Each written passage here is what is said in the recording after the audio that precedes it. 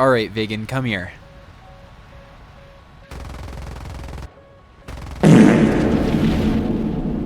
Hello everybody, welcome back to another video, this time in the F-5E. Making this video after playing the F-16 all day yesterday really was a step down.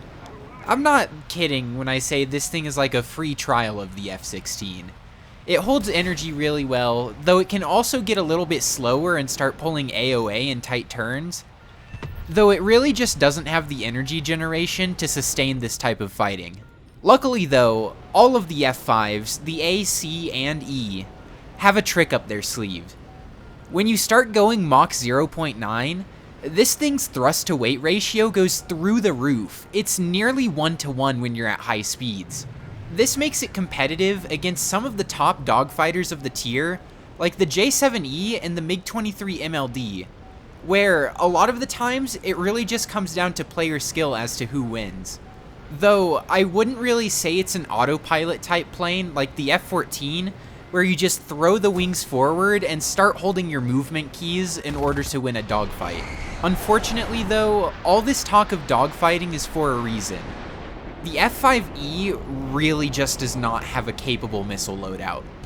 The AIM-9J is quite easily the most mid missile you could ever have at top tier right now, and seeing as you only carry 2 of these not very great missiles, you really have to use them sparingly as well, which is not a great combination. Like, sure, this thing's pretty seamless to transition to if you grinded out the US tech tree with the F-5C, but going from the AIM-9E to the AIM-9J isn't that much of an upgrade. The biggest thing you're going to notice is the extra thrust, but that comes at the cost at a harsher matchmaker.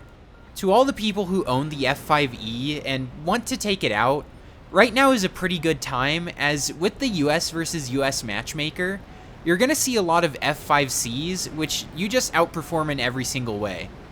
My favorite way to troll these people is that a lot of them are new to the game, so they're just going to keep their afterburner on the whole time. In doing so, it's pretty easy to make them overshoot, and then you can just stand on your better engines, so they can't really get away from you either. This is the best place that the F-5E is going to be in for the foreseeable future, so now's the time to play it, not later. You'll notice a lot in the footage that I get close to or completely black out. This thing basically requires an expert crew, which I kinda cheaped out and didn't buy. The AIM-9J actually manages to hit a good shot, and I'm surprised the enemy didn't take the time to flare it away, though he was probably tunnel visioned and hyper-focused on the person in front of him, which can be a good time to sneak in a missile, as in the half second that somebody looks away from you, it's really easy to jump scare them with one. A newbie F5C player rocks up to me with the full burner the whole time. I just cut my throttle a little bit, start making my way behind him, and only turn the burner on when I have to go vertical. Unfortunately though, I couldn't stick this dogfight as my teammate just throws a missile at him.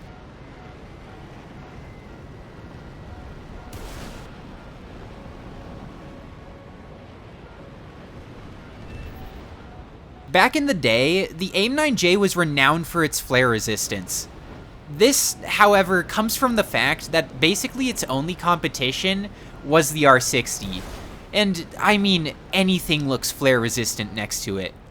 Fortunately though, when you're shooting at Tomcats, if they don't notice it, or even if they do notice it and they don't cut their burner in time, there's no way they're going to be able to dodge it no matter what top tier missile you're using. Now, I'm going to include this footage here, as it really goes to show why the F-5E has fallen out of favor. It used to be the best plane in the game. I mean, it's the original light fighter for the US top tier, and it dominated for a while. However, we're at a point in the meta where speed is actually a little bit important, and the F-5 just simply doesn't have it. You're not really going to be able to catch people, as your aircraft only really goes Mach 1.03 on the deck, maybe 1.04 if you're lucky. Also, wow, that was one of the best head-ons I've ever taken in my life. And this AJ-37, not even a JA-37 Viggen, the AJ-37 ground attack Viggen, is outrunning me despite starting slower than me when I started creeping up on him. I try and reach out a little bit with the M39 cannons as they have pretty decent muzzle velocity, but the new changes to ballistics that happened in the past couple of months really just means that I can't reach out as far anymore and I'm unable to hit these shots. Fortunately though, he starts turning, and being a Delta, he's gonna bleed speed, letting me catch up to him. Plus, the ground strike Viggen has to take gun pods if it wants to be a dogfighter, meaning it's gonna have a little bit extra drag over the fighter Viggen.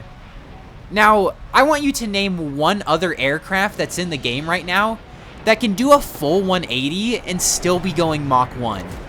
This is the biggest strength of the F-5E. You just never really lose speed and go UFO mode once you start going Mach 1. Another thing worth mentioning is that the F-5 is pretty small, like smaller than the MiG-21. This means that it's pretty hard to hit gunshots on, as you can see, and also it just means the engines it has are physically smaller and much cooler than any other engine at top tier for some reason. This makes it pretty consistent at flaring basically anything at the game. Like, any missile that you'll struggle to flare in other top tiers, this thing does with ease. I don't really have much else to say about the F-5E. I mean, it's a pretty simple plane to understand. You just do the tried and true jet tactic of staying fast and kicking ass. Plus, most people have already played the F-5C, as it's the most efficient grinder for the US tech tree, and the tactics you use in that are the exact same as the F-5E. All it really is an armament upgrade and a little bit of extra thrust. I'm trying to make a video every day over the next 12 days, leading up to Christmas. However, I didn't get enough footage for the plane I want to make a video on tomorrow, so if you don't see something go up then, expect it the next day. I'm trying to stay consistent, but I can't 100% promise daily uploads. That's all for this video. Remember to subscribe if you enjoyed it, as I'd like to hit 5,000 subscribers, hopefully before the end of the year, though it's a little bit of a long shot.